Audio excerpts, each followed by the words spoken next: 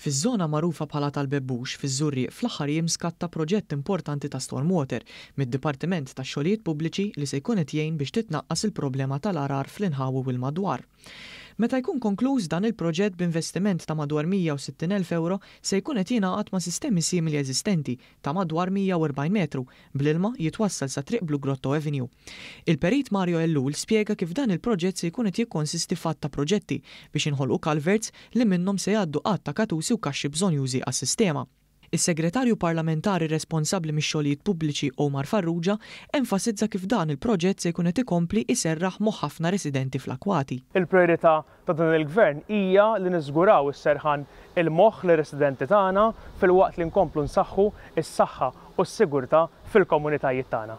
Takkumpanja lis-Segretarju Parlamentari kien hemm is-Sindku tal-lokal Rita Grima li wkoll saħqet fuq l-importanza tal-proġett.